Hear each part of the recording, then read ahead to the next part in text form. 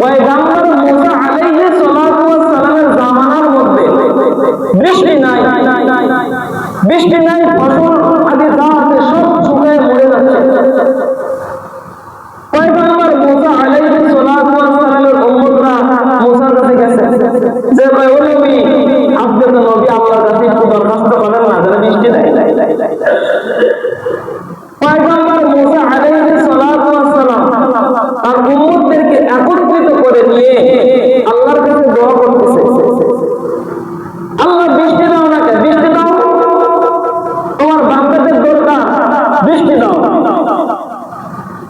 পয়গম্বর মুসা আলাইহিস সালাতু ওয়াস সালামের কাছে আল্লাহ পাক রব্বুল আলামিন ওহী নাযিল করে দিলেন, মুসা বৃষ্টি যে দিব কিন্তু শর্ত একটা আছে। কি শর্ত? আল্লাহ ওই তোমার যে উম্মতগুলো আছে এর মধ্যে একটা পাপী গোলাম আছে যে 40 বছর লাগাতার গুনার মধ্যে লিপ্ত আছে, 40 বছর যাবত গুনাহ করতেই আছে। যদি তুমি ওই ব্যক্তিকে যদি ওখান থেকে উঠায় দেওয়ার সঙ্গে সঙ্গে আমি আল্লাহ দিব। পয়গম্বর মুসা আলাইহিস সালাতু ওয়াস সালাম অনেক রাগী ছিল। পয়গম্বর মুসা আলাইহিস সালাতু ওয়াস সালাম তার উম্মতদেরকে লক্ষ্য করে ডাক দিয়ে বলে, কে আছো এমন পাপী,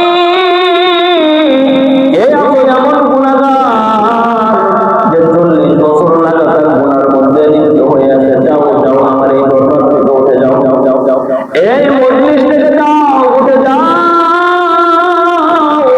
পয়গম্বর মুসা আলাইহিস সালাতু ওয়াস সালামের এই রকম হুঙ্কার শুনে ওই পাপী ওই গুনাহগার আল্লাহর কাছে কেমন যেন মাথা নত করে আল্লাহর কাছে ডাক দেয়, ও দয়ার মালিক, 40 বছর লাগাতার গুনার মধ্যে লিপ্ত হইলাম, কখনো আমার সামনে থেকে খানার প্লেট তুমি সরায় নাও নাই। ও দয়ার মালিক, আমি 40 বছর লাগাতার গুনার মধ্যে লিপ্ত আছি, আমার বন্ধু বান্ধব কেউ জানে না। যদি জানতো বন্ধুর লিস্টে আমার নামটা কাটিয়ে দিত, আমার বাবা মা আত্মীয় স্বজন কেউ জানে না যে আমি এমন গুনার মধ্যে লিপ্ত আছি। রে আল্লাহ, ও আল্লাহ, তুমি তোমার সাত্তারিয়াতে সিফতের চাদর দিয়ে ঢাকিয়ে রাখছো, আমি খাঁটি নিয়তে তওবা করতেছি। রে আল্লাহ, তুমি আমাকে এই মহিমার মধ্যে বেইজ্জতি করো না, তুমি আমাকে জীবনের সমস্ত গুনাহগুলো মাফ করিয়া দাও। আল্লাহ পাক রব্বুল আলামিনের কাছে ওই যখন ওই বান্দা এমন ভাবে তওবা করা শুরু করছে, আল্লাহ পাক রব্বুল আলামিন সঙ্গে সঙ্গে ওই আসমানের মধ্যে কালো মেঘ দিয়ে ছাড়িয়ে দিতে। পয়গম্বর মুসা আলাইহিস সালাতু ওয়াস সালাম লক্ষ্য করে খেয়াল করে দেখে বৃষ্টির ঝমঝমানি আওয়াজ শুরু হয়ে গেছে। রাগান্বিত হয়ে আল্লাহকে ডাক দিছে, ভাই আল্লাহ, তুমি না কইলা ওই বান্দাকে উঠায় দিতে, কিন্তু কেউ তো উঠলো না, তুমি বৃষ্টি দান করলা। আল্লাহ কয়, বান্দা, হে মুসা, ওই বান্দার সাথে আমি আল্লাহর কথা হচ্ছে কলমে আমার কাছে মাফ চাইছে, আমি আল্লাহ কি মাফ না করে দিতে পারি?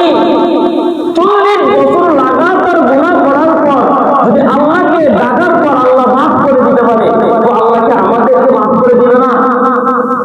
আল্লাহ পয়গম্বর নবী সাল্লাল্লাহু আলাইহি ওয়াসাল্লামের উপর আয়াত নাযিল করে ডাক দেয়া কয়, কুল ইয়া ইবাদিয়াল্লাযীনা আসরাফু আলা আনফুসিহিম লা তাকনাতু মির রাহমাতিল্লাহ ইন্নাল্লাহা ইয়াগফিরুদ যুনুবা জামিআ ইন্নাহু হুয়াল গফুরুর রহিম।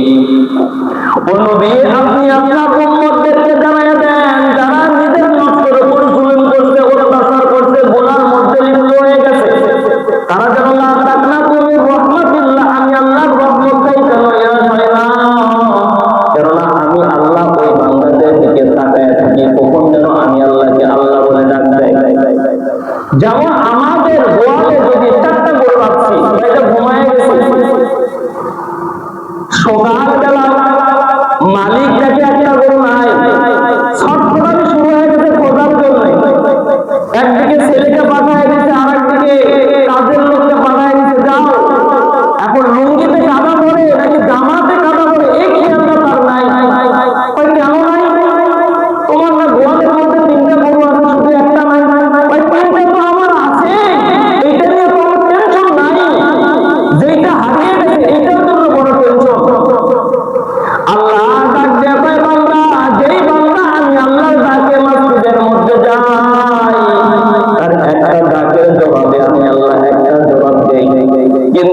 যে বান্দাটা আমি আল্লাহ রহমত থেকে নৈরাশ হইয়া কাফের হইয়া চলে গেল,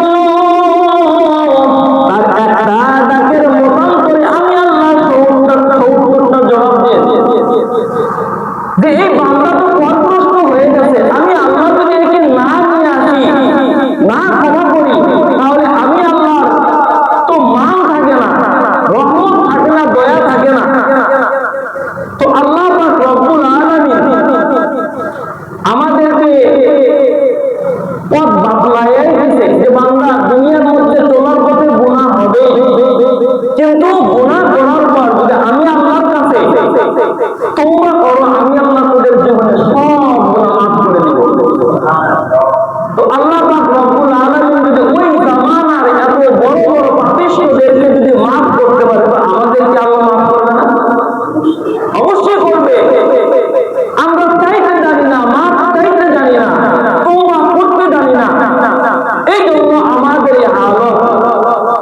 আল্লাহ পাক রব্বুল আলামিন আমাদের জীবনের সমস্ত গুনাহ মাফ করে দিন।